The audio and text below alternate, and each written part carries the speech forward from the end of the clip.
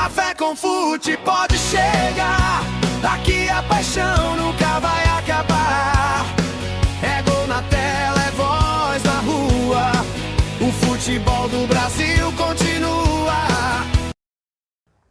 Boa tarde, boa tarde. O trem bom, só, é tomar um belo café falando de futebol. Ainda mais um cafezinho Dom Pedro. Vocês aceitam? O meu é sem açúcar. E vocês, preferem como? Com açúcar ou sem açúcar? E vamos lá. Vamos agradecer a Deus pela nossa saúde, pelo dia maravilhoso. E vou apresentar para vocês o nosso convidado de hoje, o ex-lateral esquerdo do América Mineiro, foi meu atleta no profissional, Rafael Estevam, um cara que eu tenho um carinho enorme. Rafa, boa tarde, cara. Seja bem-vindo ao Café com Fute. E vamos lá, vamos conversar sobre futebol. Seu cafezinho, você prefere com açúcar, sem açúcar? Ô, Derek, o seu é sem açúcar, mas o meu tem que ter um pouquinho de açúcar. Um pouquinho de açúcar? Tem que ter um pouquinho de açúcar, não tem jeito. E esse cafezinho Dom Pedro, conta pra nós. Saboroso? Top demais. Top. Top. Maravilhoso. E vamos lá, vamos falar um pouquinho de futebol, vamos conhecer mais sobre a carreira do Rafael. E é isso. Vamos iniciar, o Rafa vai contar pra gente como que ele iniciou no futebol, a sua formação no América Mineiro, na base do América Mineiro. Vai falar pra gente também como foi a sua transição, né, da base para o profissional. Ele foi um atleta que passou por esse processo natural de formação na base, vivenciou essa transição do sub-20 para o profissional e vai contar um pouquinho pra gente sobre a base, aquilo que ele viu, ele sentiu, pô, isso, faltou isso na minha formação, se tivesse isso poderia me ajudar um pouco mais. E essa transição também para o profissional, como que foi? Vamos começar primeiro pela base. Rafa, nas categorias de base do América Mineiro, como que foi esse processo? O que você entende que, se tivesse, poderia ter agregado mais na sua formação? Então, Derek, eu cheguei no América em 2004. Primeiramente, né? Boa tarde a todos aí. Cheguei no América em 2004, né? E o início da minha história, ela vai se encontrar no final da minha carreira. Olha, você vê que interessante. Em 2004, eu saí do futebol amador, em Santa Luzia, onde o dono de um time amador lá me viu jogando, perguntou quantos anos eu tinha e me levou para fazer uma avaliação no América. Eu não tinha muita perspectiva. Tô fazendo nada mesmo, eu vou lá. Então você não foi para o América através de uma peneira, já foi através de uma indicação? Como é que foi? Conta isso. Eu fui para o América através de uma indicação do Chicão. Vou mandar um abraço para ele aí, agradecer, né? Foi o cara que me viu ali jogando. O olheiro, assim, o olheiro, dono de um time, né? Em Santa Luzia, onde eu jogava. Ele me viu jogando contra o time dele e me levou lá no América para estar fazendo essa avaliação. E eu sempre falo com o pessoal que a avaliação ela é muito difícil, principalmente no contexto no qual você é inserido ali, né? E eu não vou falar principalmente para mim, porque eu acredito que muitas outras crianças devem passar o mesmo que eu passei, mas eu venho do interior do Espírito Santo. Eu costumo brincar que a vila onde eu moro lá tem 1.000 habitantes. Você nasceu no Espírito Santo? Eu sou do interior do Espírito Santo. E a Vila Nelita, onde eu moro lá, tem 1.000 habitantes. E você chegar numa cidade como Belo Horizonte, desse tamanho, eu tive muita dificuldade. Assustou um pouquinho? Assustei, eu tive muita dificuldade de adaptação. E logo em seguida, eu fui para o América. E essa avaliação foi em Santa Luzia? Santa Luzia, foi no CT de Santa Luzia. O CT da base ficava em Santa Luzia. Ficava em Santa Luzia. Nesse ponto foi bacana demais. Por quê? A minha família, o meu pai e minha mãe, eles moravam em Santa Luzia. Então era muito próximo do CT. A sua família veio também? Veio. Do Espírito Santo para cá? Do Espírito Santo. Meus avós moravam, meus tios, em Santa Luzia. E o meu pai, minha mãe, minha irmã e eu viemos. Não sei se todos, né, terão essa condição, mas está aí já um ponto muito importante. A presença da família na formação. Vai, Rafa, Eu continua. tenho certeza que a gente vai falar muito sobre essa questão da estrutura. Show, vai lá. Foi um ponto fundamental para a minha sequência e para a minha carreira. Eu vou falar porque os meus primeiros 2 anos no Juvenil do América, eu não morava na concentração, eu não morava no alojamento. Então eu treinava, ia para minha casa, né, chegava em casa, tudo prontinho já pela mamãe, pegava o ônibus, ia treinar, e era todo esse processo. Então, para mim foi bacana demais esses primeiros 2 anos morando com a minha família, me ajudou demais. É muito importante também essa questão. Os jogadores da base, né, antigamente, da época do Rafa e outrora. Mas não era tão antigamente, não, né? Nem tanto. Só entregar a minha idade. Nem tanto. Mas a turma, eles iam para os treinos, jogadores do Cruzeiro, do Atlético, às vezes, que eram de Belo Horizonte, eles iam para os treinos de ônibus. Hoje a realidade é bem diferente. Essa molecada hoje, às vezes, do Sub-20, eles já têm carro próprio. Nós vamos falar disso mais para frente. Vamos deixar o Rafa dar seguimento na sua carreira. No América, na base, a família, continua. Sim, e claro que eu sempre agradeço a minha família. Eu vou dar um exemplo bem claro da minha mãe e do meu pai. Quantas vezes eu via minha mãe pedindo dinheiro emprestado para poder pagar a minha passagem para ir treinar. Senão você não teria como treinar. Senão não teria como eu ir treinar. Então, foi algo que marcou demais no início da minha carreira. Isso você levou para a vida. E isso foi muito importante porque desde cedo ali no América eu comecei a valorizar o esforço da minha mãe e do meu pai para poder realizar um sonho que era meu. E esse é um ponto também importante a se destacar. O sonho de ser atleta de futebol era meu. Sim. Não era do meu pai, não era da minha mãe. Então eu sempre falo com o pessoal que eu não sofri essa pressão externa que muitos garotos hoje sofrem. De ter que realizar, entre aspas, um sonho que às vezes nem é deles. Às vezes nem é deles. Às vezes nem é deles. Sim. Mas ele se sente na obrigação e na necessidade de estar realizando um sonho que não é dele. E às vezes também os próprios pais, né, às vezes em situações mais delicadas, vê no filho uma salvação financeira, né, porque hoje, principalmente o futebol, os salários são altíssimos. Então, os pais veem uma saída ali e apostam no filho, e às vezes não é o sonho da criança, né? E aí a pressão é ainda maior. No seu caso, eu gosto muito de citar a questão do processo natural. O seu processo ele foi natural, o sonho era seu e os seus pais davam o suporte para a realização do seu sonho. Vai, segue, Rafa. E continuando essa questão do sonho meu e da conduta do meu pai, principalmente, que é o que acompanhava os jogos, a minha mãe não acompanhava, e eu trazendo para a realidade de hoje, eu vejo como professor, cara, meu pai foi um fenômeno. Meu pai, literalmente, ele ia para assistir o jogo. Ele tinha um comportamento? Cara, você não ouvia a voz do meu pai na arquibancada. Vocês estão ouvindo? Eu não ouvia a voz do meu pai na arquibancada. E quando entrava no carro, não tinha, você tinha que fazer isso, você tinha que fazer aquilo, você tinha que... Embora meu pai tivesse jogado futebol amador, entendesse de futebol, conhecesse, porque o brasileiro, né, todo mundo entende, né, de futebol, né? Ou acha que entende. E meu pai entrava no carro, comentávamos do jogo, mas ele não fazia o papel do treinador. Sim. Por que eu falo isso, que ele não fazia o papel do treinador? Porque o meu pai, ele não estava durante a semana nos treinamentos para conseguir... Para dar o pitaco dele. O que tinha que ser feito, o que não tinha que ser feito, as orientações. Então ele se comportava realmente como pai, como torcedor ali. Ele já era inteligente. Ele já era inteligente e isso me ajudou demais no processo.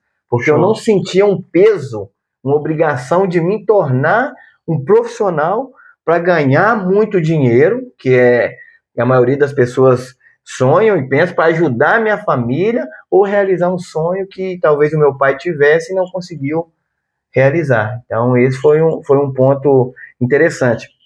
Continuando a questão da base, o primeiro ano meu lá foi fundamental. E eu vou explicar por quê. Por quê? O treinador na época, Pacini, e o preparador físico, Marcelão. 2 caras aí também que eu levo para minha vida, que foi muito importante na minha carreira, porque eles ali me deram a oportunidade de iniciar no América. E o que acontece? O primeiro ano, em 2004, eram duas categorias, né? Nascidos em 87 e 88. E o 88, o nosso time que jogava, não tinha ninguém. Jogava os 87, que eram os mais velhos. E eu lembro que em 2004, eu fiz um jogo, valendo 3 pontos. Mas eu tive a oportunidade de treinar 1 ano. Eu cheguei no América como meia. E fui aprovado como lateral esquerdo. E nesse ano de 2004, eu lembro muito bem. E até hoje o Pacini me fala, eu não treinei em somente uma posição. Porque realmente não precisou, que foi goleiro. Nas outras todas você... Zagueiro, lateral direito, volante, lateral esquerdo, atacante. Teve um jogo amistoso que eu tava de atacante. O zagueiro nosso, o Igor, sentiu uma lesão. E o mesmo lado que eu tava atacando, no segundo tempo eu fiquei defendendo, porque eu fui pro lugar dele de zagueiro. E no final do ano, o Pacini falou, gente, qual foi o jogador aqui entre vocês que mais treinou esse ano? E foi unânime. Foi o Rafael, porque qualquer posição que precisava para completar, ele estava disponível. Então, dificilmente eu ficava fora de um treino. Sim. Sempre estava completando em outras posições. E isso me ajudou demais. Isso que eu ia te perguntar agora. Isso me ajudou demais na sequência. Quando entramos em 2005, que seria o ano dos 88 jogar, aí eu já comecei a jogando de titular na minha posição. Já tinha confiança, já entendia, principalmente, não somente da minha posição, sim, mas sim das outras posições, como poderia me comportar dentro de campo, em determinada como posição. Poderia ajudar os companheiros. Como poderia ajudar meus companheiros. Show. Então, isso aí foi fundamental. Mas a angústia no primeiro ano, para mim, as sensações ruins que eu tinha, é porque era tudo novo. Sim. Cara, chegar por semana, 30 meninos para fazer avaliação, aquilo para mim era novo. Caraca, velho, não tem condição de aparecer esse tanto de menino e não ter meninos aí melhor do que nós aqui, vai tomar o nosso lugar, não sei o que. A pressão vinha daí. A pressão vinha daí. Não de casa. Não de casa, mas aí cara, se acontece isso, eu tenho todos os dias fazer o meu melhor. Eu tenho que todos os dias, literalmente, matar um leão. Não tem como ser de outro jeito se eu quiser realizar meu sonho de ser jogador. E eu lembro que em 2005, cara, chegou 2 laterais esquerdos do Atlético Mineiro. Falei, caramba, velho, ruí o osso, quebrei pedra e chega 2 laterais esquerdos do Atlético, velho. Os caras com 4, 5 anos de Atlético Mineiro já. Aí lascou tudo. Complicou. Só que isso também te faz sair da zona de conforto. Sair da zona de conforto. Isso faz sair da zona de conforto, ô Derek. Por quê? Você fala, cara, você tem uma sombra aqui que sim, é do seu nível com experiência maior. Sim. Porque eles vinham de um grande clube, que era o Atlético Mineiro, de uma categoria de base muito forte e no qual eles jogavam lá. Sim. Se você não fizer um algo a mais, não sair dessa zona de conforto, é perigoso você perder posição, perder seu espaço. E o interessante é que aí eu comecei a titular o ano de 2005, aí eu não dei brecha. Isso é importante. Sim. Você conseguir ter uma sequência bacana e não dar brecha para o seu concorrente ali tomar o seu espaço. Sim. Então, 2005 foi um ano para mim muito, muito especial, onde eu consegui jogar. Ter um bom desempenho. Ter um bom desempenho durante todo o ano. Um desempenho bacana que chegou no meio do ano, o Léo Condé era o treinador do Júnior, e eu tive a oportunidade de subir para fazer 2 jogos pelo Júnior.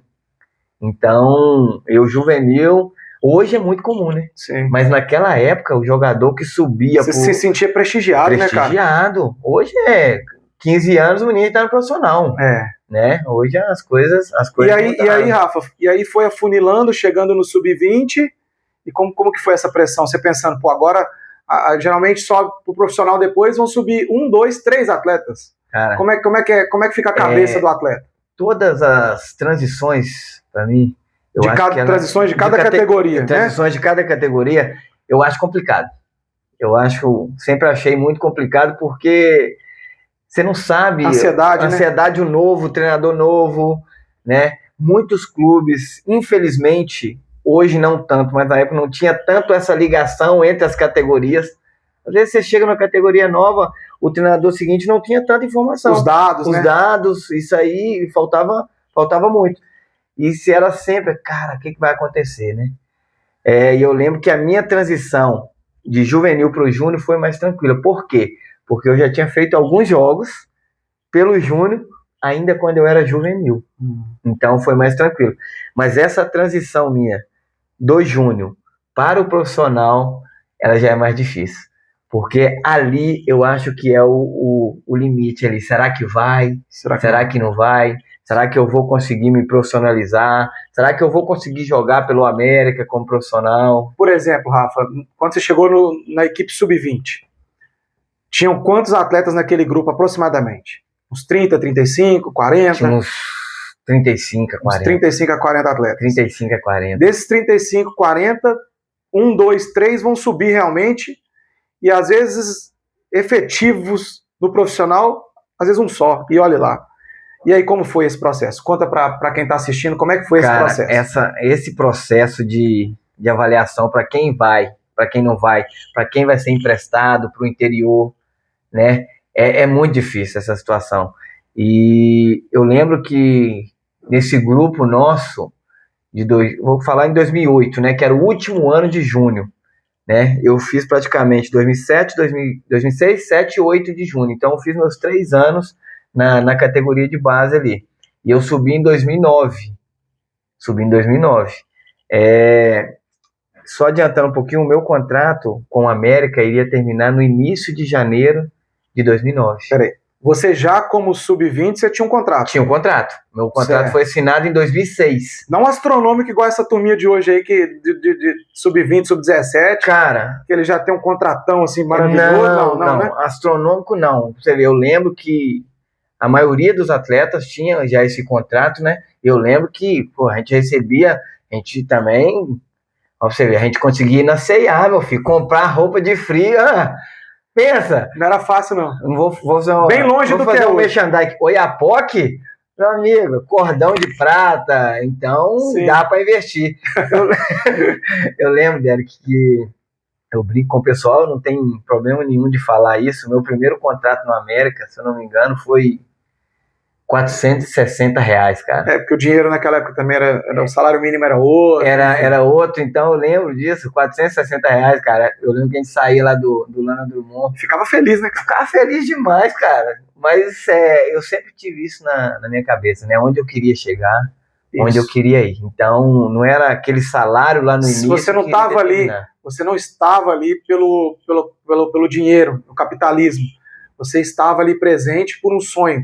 Você amava jogar futebol. Sim. Tinha um sonho de me tornar um jogador profissional. E eu sabia que, tornando um jogador profissional bem sucedido, conseguindo jogar num clube grande, eu teria uma oportunidade de ficar também bem financeiramente, poder ajudar minha família. Isso aí faz parte do processo, né? Sim. O jogador de futebol hoje, e como também era na minha época, eu sou apaixonado por futebol, gosto de jogar. Mas todo grande atleta, todo aquele cara que é competitivo, ele quer estar disputando os melhores campeonatos, ele quer estar nos melhores clubes, ele quer estar com um salário bacana, onde ele consiga fazer um pé de meia, poder ajudar a sua família. Então, isso aí não foge de jogador nenhum, né? Eu acho que esse é o objetivo maior. Eu jogo só por amor. Não. Não tem. À medida que você vai maturando, né, você vai se tornando um homem, né, adulto, você começa a pensar, né, numa vida, numa família, ter uma casa, natural.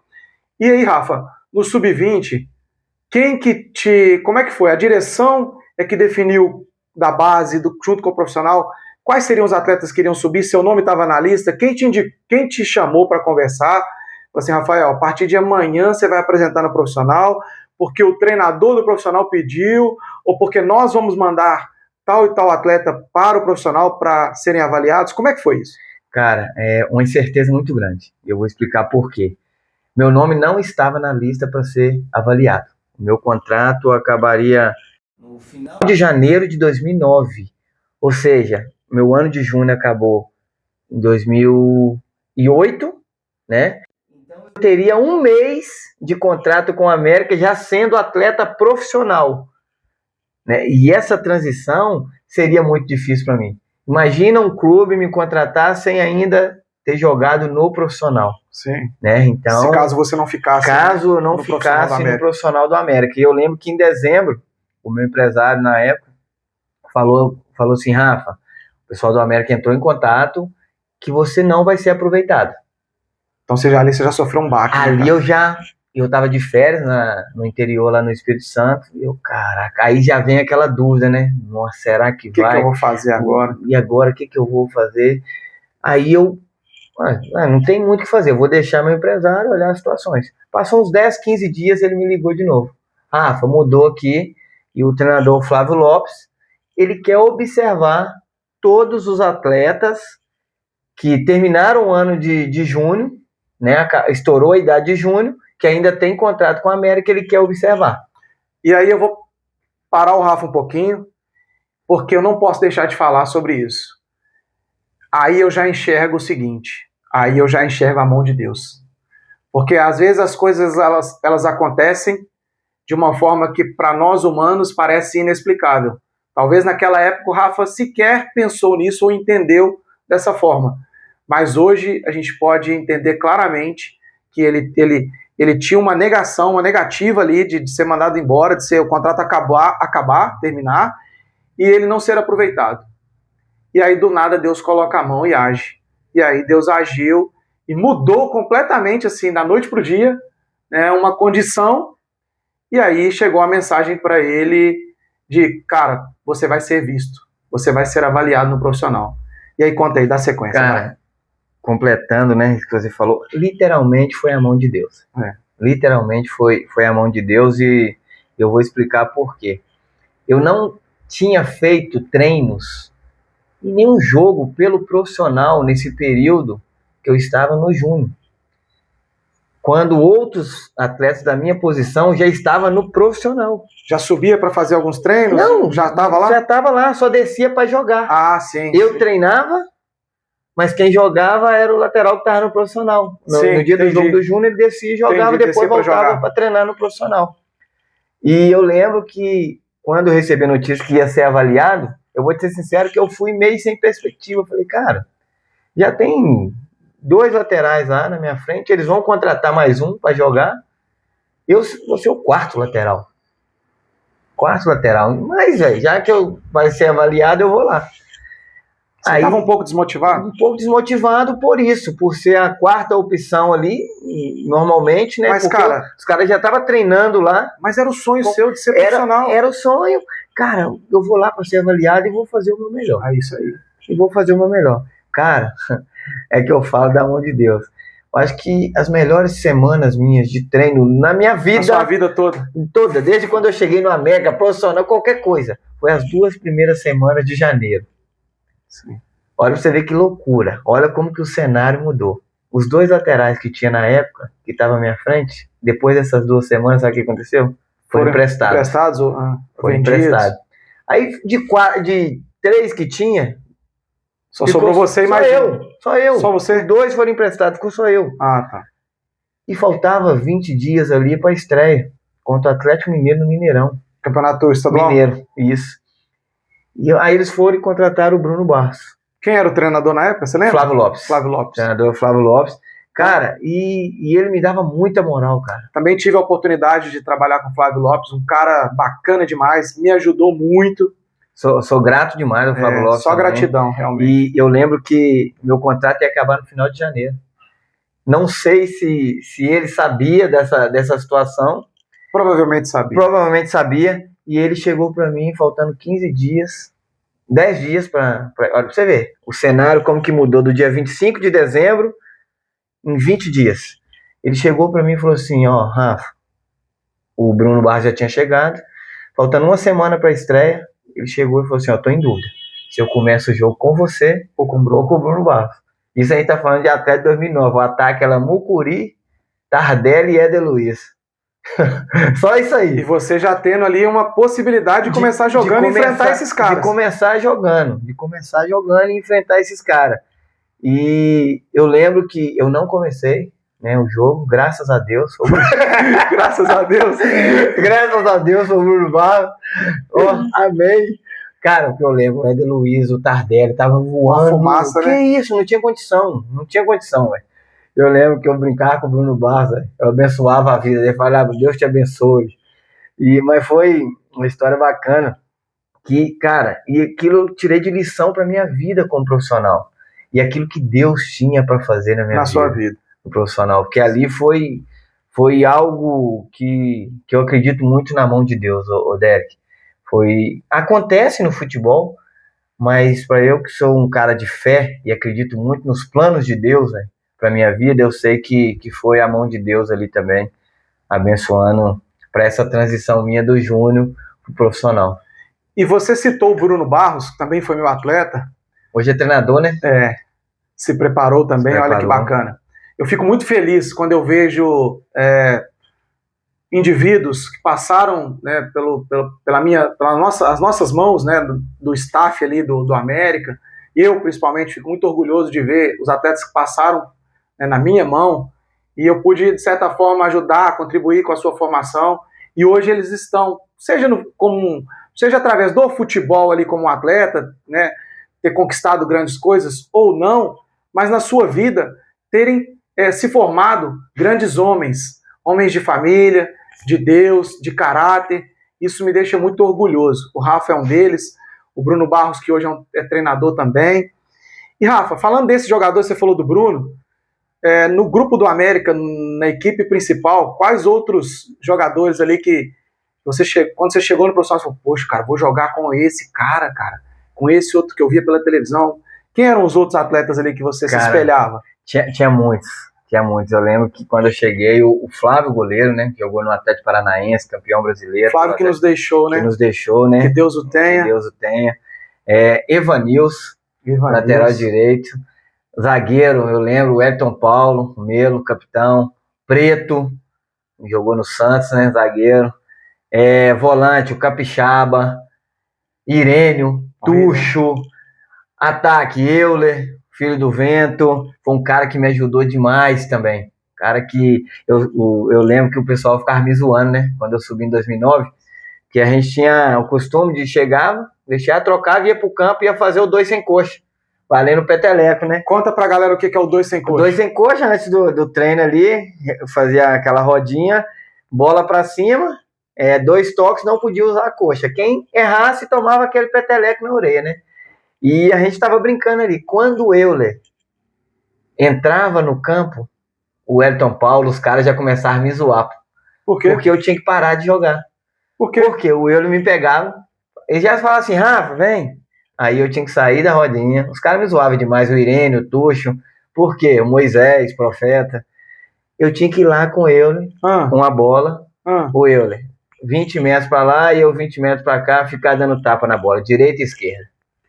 Agora no chão. Agora a bananinha. O Euler já tinha esse viés, então, de treinador? O Euler já era treinador nessa época aí. Jogava já sendo treinador? Já sendo treinador. Mas me ajudou demais, tá? Com certeza. Porque depois disso, quando eu saí do América, eu joguei vários jogos de lateral direito.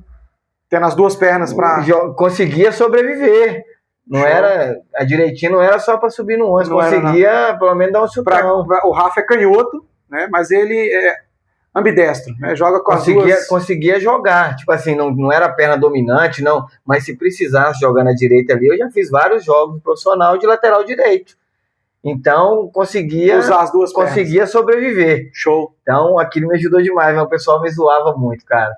Quando ele entrava no campo, eu tinha que sair. Vai ter que sair. Vai ter que sair. Pode largar a rodinha e vai lá. Era 10 minutinhos, no mínimo. Mas era bacana, pô. Era bacana e serviu demais como aprendizado e... Sou grato ao Euler por ter feito isso comigo. Eu tive o prazer também de trabalhar com o Euler. Encontrei com ele recentemente, a gente conversa. O Euler é um cara muito bacana, um cara também que me ajudou muito. Quando eu cheguei no América, foi um cara que valorizou muito o meu trabalho. Ali na preparação física, na fisiologia. Foi um cara que me ajudou bastante e valorizou o meu trabalho, assim como ele valorizou você como um atleta subindo da base pro profissional. Ele falou, pô, vou ajudar esse garoto. Isso é muito bacana. Eu também quero agradecer, aproveitar esse momento de gratidão, agradecer muito, cara, tanto ao Euler como atleta e outros mais. Eu, como cruzeirense que sou, deixo isso aqui muito claro, tenho um carinho enorme pelo América, um amor muito grande pelo América, o clube que eu trabalhei. Mas, cara, para mim foi muito bacana, Rafa, ter vivenciado, cara, eu que fui de arquibancada, ter vivenciado, ter trabalhado com Fábio Júnior, Evanilson, Giovani, caras que, pô, eu via da arquibancada ali jogando pelo Cruzeiro, que eu torcia pelos caras, e, pô, eu estudei, me formei, e agora eu tô ali, cara, tô dentro do cenário do futebol, trabalhando e ajudando esses caras no seu processo ali de formação, no seu desempenho físico, cognitivo. Pô, isso para mim foi muito bacana. E Rafa, mediante esse cenário também, cara, como é que foi, como que você, no profissional, como que você enxergou essa questão mental ali, como que foi o mental para você? Você teve um suporte de um psicólogo ali na América, no profissional? Como é que foi isso? Então, hoje é muito importante, como na época também era. Só que hoje é bem mais divulgado, né, Derek, essa relação, né? Mas a gente sabe da pressão que é a questão do futebol na vida em si, né, cara? Todas as decisões que você precisa tomar. E eu lembro que o América, na época, ele tinha, até na base, eles tinham esse acompanhamento, alguns até individualizados. Tinha um psicólogo no profissional e na base. Na base, eram coisas separadas. Aí tinha aquele trabalho em grupo. Cara, eu sempre achei muito importante e fundamental. Ajudava muito vocês? Ajudava demais, porque nos momentos de decisões, claro que é o jogador que toma, mas muitas vezes a gente não sabe o que está acontecendo, né, ao redor, em torno ali. Te ajuda a fazer a leitura, né? Fazer a leitura de todo um cenário, né, cara, daquilo que você vai vivenciar. Então, acho que é fundamental, cara. Na base e no profissional, existia essa interação também, que eu acompanhava muito isso lá no Lana Drummond, inclusive do pastor José Carlos, que era um cara que vivenciava muito ali o América, e ele sempre reunia vocês, os meninos da base, com alguns atletas profissionais, vocês oravam. Isso contribuía realmente? Conta pra galera aí como é que é. Não, eu lembro quando eu cheguei em 2006, a morar na casa, né, ali no Lana Drummond, a gente conhecia o José Carlos, né, o Zé Carlos, que nos ajudou demais ali, ajudou muito, porque a gente sabe que muitos garotos ali saíram muito novos de casa, e muitos sem estrutura nenhuma familiar, né, e a gente tentava, através da palavra de Deus, no qual a gente levava ali, trazer um alento, trazer uma estrutura no qual talvez eles não tivessem, para que viesse ter um pouco mais de conforto ali, né? Um cenário mais favorável quando eles chegassem num patamar no qual seria mais cobrado. Certo. Né? Ali no Júnior ainda a gente estava sendo formado, cara. A gente estava sendo lapidado para uma pressão maior. Pensa aí para você ver o Danilo, né? O Moisés Profeta, entre outros aí que passou na minha época lá da base, que chegou a um patamar aí elevadíssimo do futebol nacional e mundial. Então, a gente via essa questão da palavra sendo ministrada ali na vida de cada um. Todos eles vivenciaram isso. Todos eles vivenciaram como um alicerce. Como isso ajudou para eles. Como um alicerce mesmo, né? Sensacional. E o interessante é que não era questão de ser cristão. Participava quem não era cristão, outras religiões, a gente não tinha essa distinção. A gente estava ali simplesmente para pregar a palavra de Deus e falar do amor de Jesus, aquele que fez o sacrifício para ele estar ali hoje. Né? Aquele que levou ele até ali. E que vocês também estão passando por um sacrifício para chegar onde vocês querem chegar. Para chegar onde a gente quer chegar. E que sem ele não chega. Não chega. É verdade. Sem ele nós não chegamos em lugar algum. Lugar nenhum. Então, isso. Foi fundamental, foi importante. E o Euler, olha você vê que interessante, o Euler pegava a gente ali no CT para levar para o culto de atletas de Cristo lá na Getsemane. Ele levava a gente... Muito legal. Levava a gente para o culto. Eu lembro que tinha o Maurício também, né? Maurício é pastor? O Maurício, ele fazia reunião, ele era atleta e ele que era o líder ali dos atletas dentro do CT. Existiam os atletas de Cristo, né? Os atletas de Cristo. Ainda existe. Legal. Os atletas de Cristo. E o Maurício, ele que comandava a reunião ali. Achei interessante. Só que quando eu cheguei lá, o Maurício saiu. Aí eu comecei a A fazer a a ser função o dele, líder a fazer a função. das reuniões de atletas. Legal e que demais. foi onde eu conheci o Zé Carlos e trouxe o Zé Carlos para estar ajudando a gente ali dentro do CT. Vocês estão vendo que futebol vai muito mais além do que vocês pensam. Vocês que só assistem os jogos, vocês não têm noção do que está por trás ali nos bastidores, sem treinamento, de vestiário, fora do sem treinamento, na casa onde eles vivem, enfim. Futebol é muito complexo. E vamos lá, a resenha está muito boa. Rafa, você que no profissional, né, jogou com grandes jogadores, disputou competições importantes. O Rafa não somente jogou pelo América, o Rafa jogou em outros clubes como a Caldense, o Cuiabá. Caldense, Cuiabá, América de Natal, Uberlândia. Tem quanto tempo? Você rodou bastante.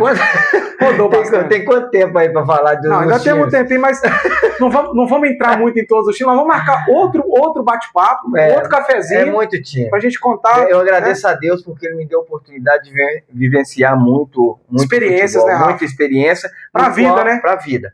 No qual hoje eu desfruto dessas experiências que eu vivi lá atrás. E aí, chegando no final, Rafa, quando você estava ali para tomar aquela decisão agora, já, né? Tô avançando um pouco na sua carreira, lá no final, quando você pensou em tomar aquela decisão, agora eu tenho a minha família, eu vou parar de jogar futebol, a idade vai chegando para todos. E como que foi essa fase sua também de como é que foi essa tomada de decisão? Como que foi esse momento de agora eu vou encerrar minha carreira? Porque a gente ouve de muitos atletas que, esse momento de parar, de deixar de ser um atleta profissional é muito difícil. Qual o time certo para tomar essa decisão? Nós estamos vendo aí agora os atletas, o Fábio, que foi o goleiro do Cruzeiro, está no Fluminense, 40 e poucos anos, o Hulk do Atlético aí também chegando nessa fase, e aí às vezes as pessoas, a torcida, a pressão, a imprensa, querem às vezes finalizar a sua carreira e você entende que não é a hora. Como é que é isso? Como é que foi para você? Como que foi esse momento, essa tomada de decisão? Foi junto com a família? Conta aí pra tu. Primeiro que, falando do Fábio, o Fábio tem que ter um documentário na Netflix e ser estudado por alguma universidade, fazer algum estudo, porque não tem condição não, né? É um extraterrestre. Ah, né? Mas é goleiro. Vai acompanhar um treinamento de goleiro para manter o que o Fábio mantém aí em alto nível. Não é fácil, não. Goleiro não treina pra caramba, né? Ele é o primeiro a entrar no campo e o último a sair, meu amigo. Então, só pra galera ficar ciente, tá? Você acha que só vai pro jogo, né? Não, tá? Tem que ver o homem treinando. Então, Deg, pra mim... Rafa, e é um cara de Cristo, né? Ele fala nas entrevistas dele o segredo dele chegar nessa idade jogando. Nessa fase. E ter até a brilhante carreira que ele tem. Ele fala, Deus é o primeiro ponto. Agora vamos lá. Eu quero saber como é que foi o seu final de carreira. O meu final de carreira, cara, eu costumo dizer que pra mim foi muito tranquilo. Pra mim foi muito tranquilo. Por quê? Porque não me pararam. Eu parei. Certo. O que acontece, cara? Chegou no 2018, eu no Uberlândia, eu já comecei principalmente no Campeonato Mineiro, a sentir muitas dores.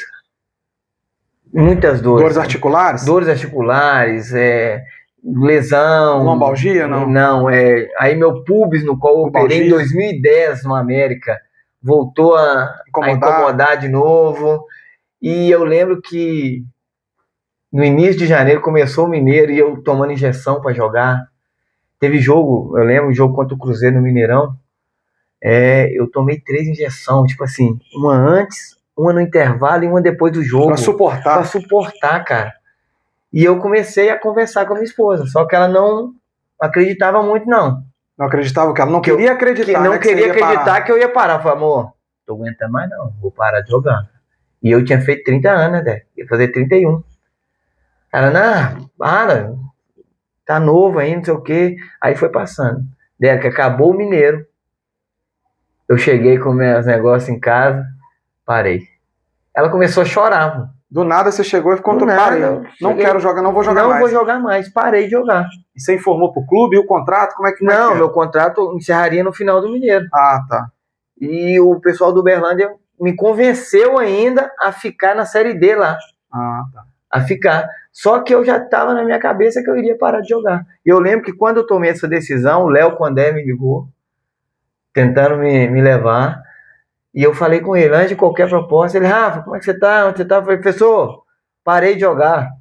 Mas como assim, cara? E o Léo Condé, que é um baita profissional, você tem um carinho muito grande. Sim, por ele também, né? Ele foi meu treinador na base. Você me contou nos bastidores aqui, né? Ele foi meu treinador na base, ele foi meu treinador no Tupi, no profissional, e depois na Caldense também. E ele não acreditou que você estava parando. Ele não acreditou, não. E o Wagner Lopes também, que foi meu treinador no Sampaio Corrêa, na Série B do Brasileiro, me ligou, querendo me levar pro Joinville, na época. Aí ele, Rafa, tô aqui no Joinville, projeto bacana, não sei o quê. Onde você tá? Eu falei assim, deixa eu te falar, parei de jogar. Aí, não, como assim, cara? Eu tava assistindo seus jogos agora aqui no Campeonato Mineiro, como você parou de jogar? Eu falei, parei, pessoal. Não vou nem escutar a proposta, porque eu tô decidido e eu parei de jogar. E realmente. Foi ali que você parou? Parei de jogar. E quando... eu posso te falar um momento que eu entendi que eu tinha que parar de jogar? A gente estava fazendo um amistoso, eu no Uberlândia, contra um time amador. E eu lembro que o Everton Maradona até estava no Uberlândia. Eu fiz uma jogada com o Everton Maradona pelo meio. A gente fala no meio de futebol 1-2, né? Sim. Fiz 1-2 com ele e ele deu no fundo. E a minha característica sempre foi um lateral de muita força. Sim. E quando eu cheguei no fundo para cruzar, o lateral direito do time adversário chegou junto comigo, travando a bola. Cara, naquele momento eu falei, não, eu vou parar, cara. Com todo respeito a um atleta de futebol amador, não pode um atleta profissional fazer uma jogada no qual profissional contra profissional é difícil você marcar. Um cara do atleta do futebol amador conseguir chegar junto comigo e bloquear a minha ação. Aí sua cabeça ali... Eu falei, cara, tá errado, não pode. Tá na hora de parar. Ali eu decidi parar. Tá na hora de parar. Talvez se eu tivesse parado 6 meses, me cuidado, feito um fortalecimento muscular, um trabalho bacana, cara, mas eu já tava com a minha decisão formada. Mentalmente eu já tinha tomado a minha decisão. Nos momentos de férias, antes disso, quando eu vinha para Belo Horizonte, eu já dava aula com a minha esposa ela é professora de educação física, então nas escolas onde ela dava aula, quando tinha futebol, quem aplicava era eu. Nossa, ela te levava para poder participar lá da parte pela experiência. E eu organizava o futebol. Pela experiência. Até para mostrar para os alunos, né?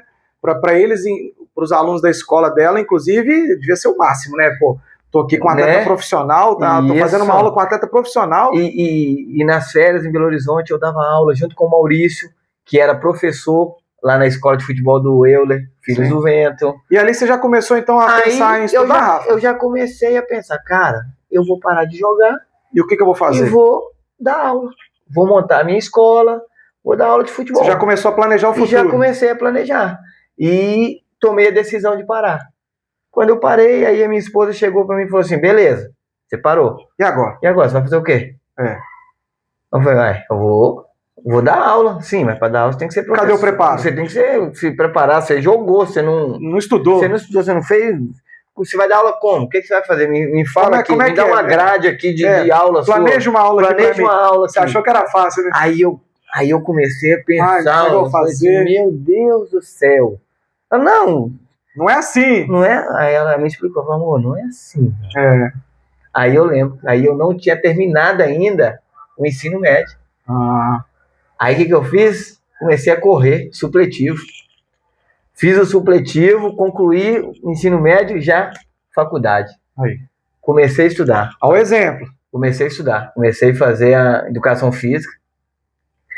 Estudando. E nesse período de educação física, eu comecei a dar aula. Já estagiando. Já dando aula em escolinha, pegando um funcional aqui de futebol, porque já tinha experiência, e o sindicato de atletas de São Paulo, dá essa condição, ele dá esse respaldo para um atleta profissional. Só que você poderia atuar somente na parte técnica. Você não poderia atuar... Na licenciatura. Parte física. Não, parte física, exemplo. Se chegasse a fiscalização, eu não poderia estar aplicando um treinamento físico. Só técnico. Só técnico. Entendi. E de forma alguma trabalhar na licenciatura. De forma alguma trabalhar na E licenciatura. aí você formou depois bacharelado. Bacharelado. Em educação física. Educação física. Aí foi aonde abriu a minha mente e o mercado. Sensacional. E o mercado. Cara, hoje eu aplico treino para atletas de futebol amador, profissional, e eu tenho atletas que não é de futebol amador, que não é profissional, mas eu chamo eles de atleta porque tem 55 anos, 60, que treina futebol comigo. Que treina como um atleta. Que treina como um atleta, cara. Sim. Aí eu pergunto para você, pergunto pro Derek, se eu não tivesse me preparado ou esse conhecimento teórico para juntar as duas coisas, será que eu conseguiria aplicar e ter conhecimento do resultado que eu poderia alcançar dentro de um planejamento de aula, de estrutura, de periodização com esses atletas de 55 anos? Eu gosto muito, essa pergunta que o Rafa fez, ela é pertinente.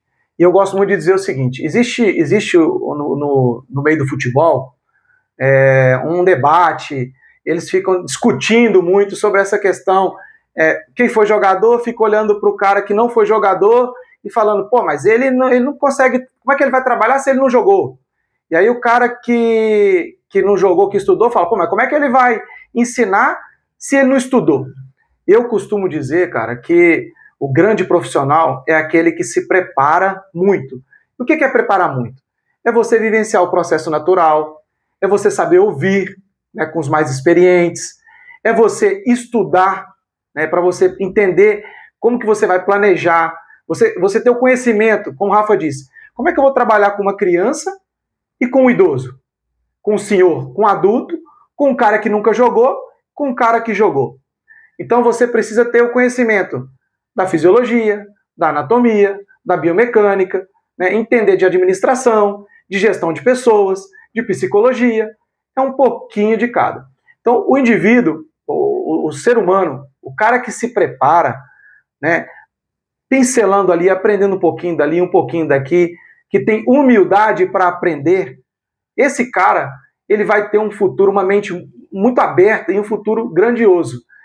Ah, Derek, e aí, Rafa, eu costumo dizer o seguinte, a turma hoje, eles pensam assim, o cara que ele é vitorioso, sucesso na vida, é o cara que tem muito dinheiro, que tem carros Ferrari, e etc. Eu costumo dizer que não. Na verdade, quem tem sucesso na vida, o sucesso, ele é visto, um vê como financeiro, o outro como familiar. Você pode ter sucesso na sua família. Se a sua família hoje ela é abençoada, você vive num ambiente saudável, num ambiente bacana, de muito amor, da presença de Deus, seus filhos educados, a sua família educada, você tem sucesso na sua família. Você tem sucesso na sua saúde, você tem sucesso financeiro. Então, o sucesso ele é em diversas áreas. Então, as pessoas elas têm essa visão de que o cara que tem sucesso é o cara que tem grana. Não é assim, né? Então, assim, você hoje tem sucesso na sua família, eu tenho sucesso com a minha família, eu tenho sucesso na minha vida pessoal. Você hoje tem sucesso, cara, porque o que você entrega, eu acompanho o trabalho do Rafa hoje, o que você entrega hoje para as crianças, para esses adultos, para a turma do amador, coisa que um amador antigamente jamais pensava em ter uma condição e ter um preparo próximo de um atleta profissional para poder competir melhor. Então, assim, hoje, cara, o que você entrega, né, você tem que ter orgulho daquilo que você faz muito bem. Isso é ter sucesso na vida. Então, Rafa, a nossa resenha, ela está maravilhosa.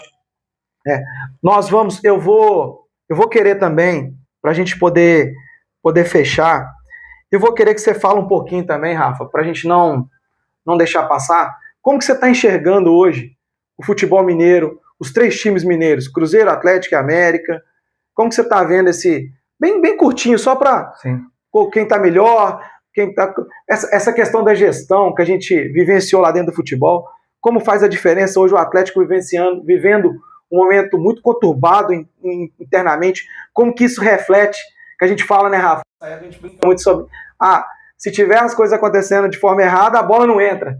Não tem essa. Então, assim, e acontece, e é bem assim, não é, Rafa? Verdade. O Atlético aí tendo muitas dificuldades, porque o cenário está internamente bem complicado. O Cruzeiro já tem uma organização melhor estrutural, o Pedrinho dando toda essa condição. O América, que já viveu momentos melhores, hoje já não sei se vive um momento tão bom. Fala um pouquinho, Rafa, para a turma, como que você está vendo esse cenário mineiro? Ô, Derek, e tudo passa, eu acho que planejamento, cara. Eu lembro que eu já peguei o América numa situação muito difícil, cara. Eu já vivenciei o América em um ambiente onde não tinha refeição antes de um jogo de Taça BH.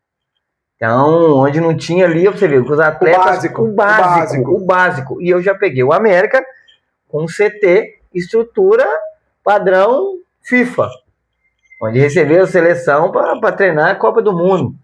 Então, beleza, ok. Questão de planejamento. Espero que saia dessa situação, viu? Na Série B aí, que não volte para ser, porque a gente sabe que futebol, quanto mais de série você vai caindo, menos dinheiro vai...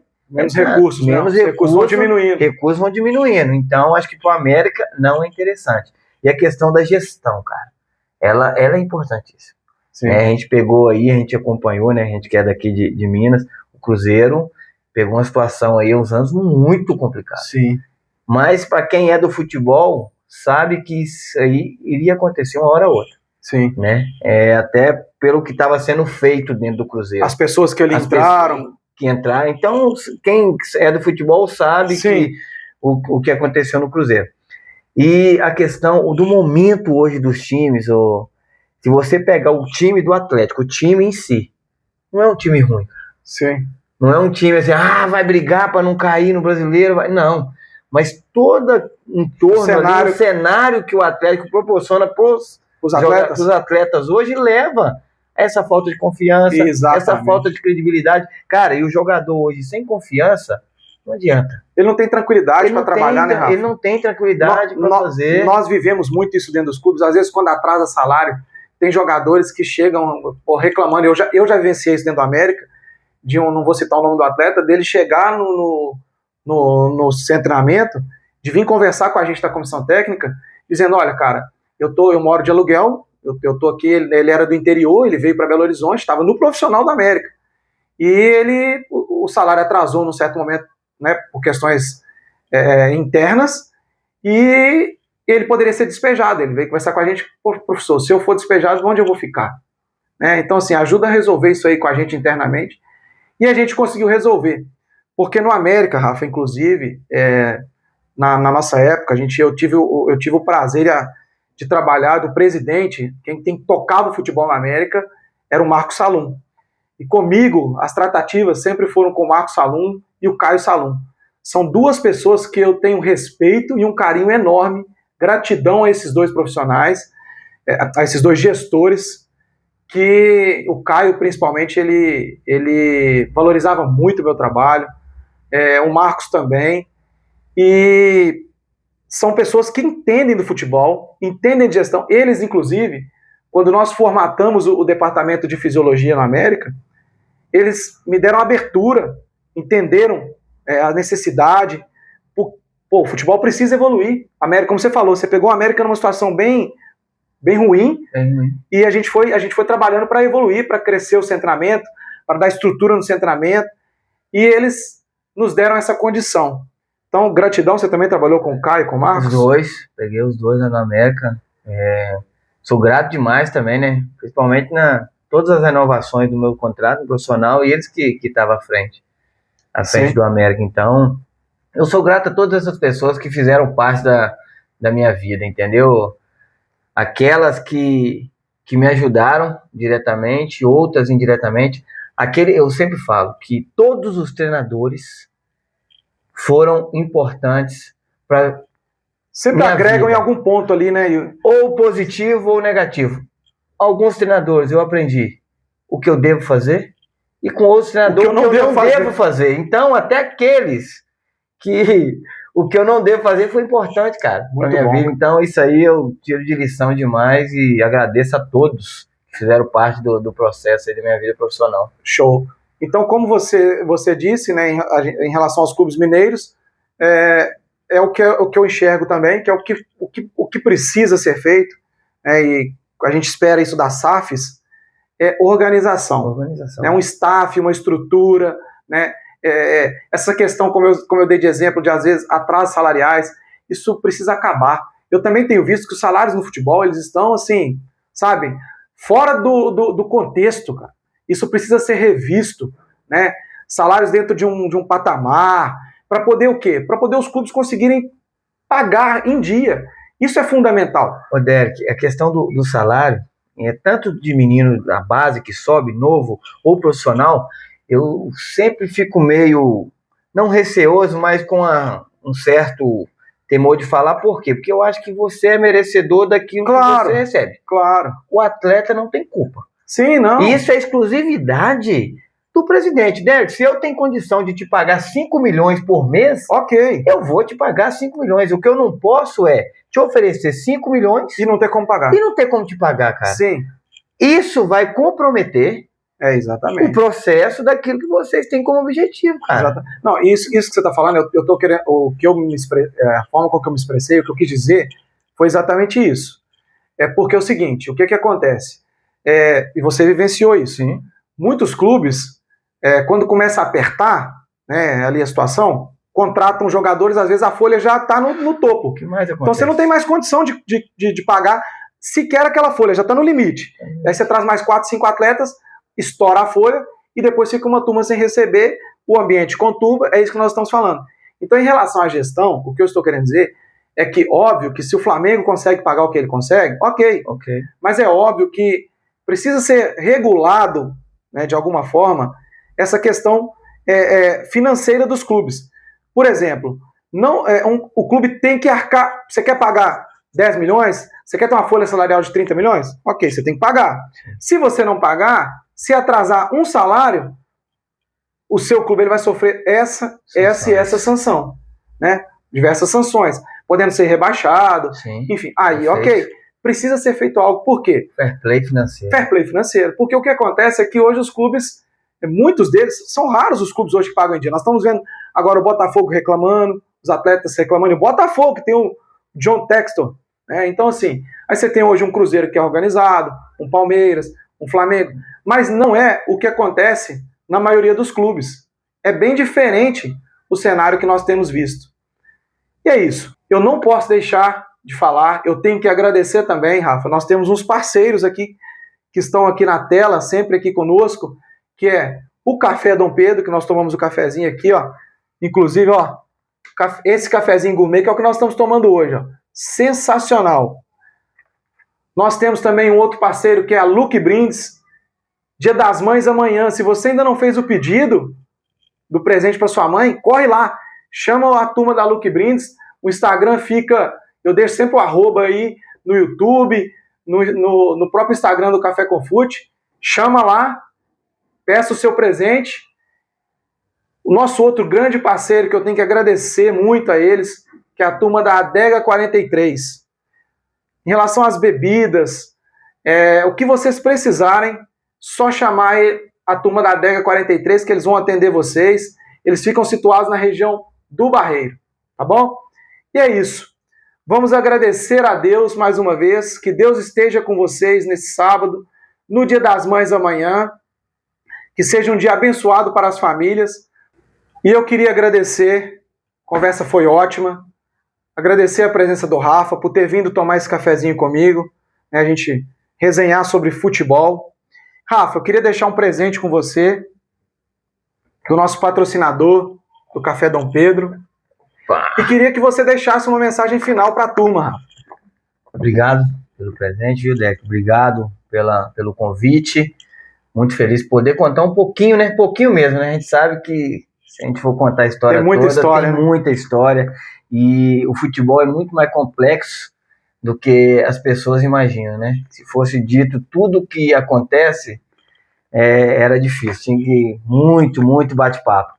Mas a mensagem que eu gostaria de deixar para todos vocês é que, independente das situações que vocês estejam vivendo, confie em Deus. Acredite que Ele pode mudar a sua história. Eu gostaria de deixar um versículo, está lá em Josué, no capítulo 1, no versículo 8, que ele diz assim para Josué: seja forte e corajoso, tende bom ânimo. Então, muitas vezes a gente passa algumas situações, né, nas nossas vidas, momentos difíceis, que a gente pensa em desistir, mas essa palavra ela vem para nos encorajar.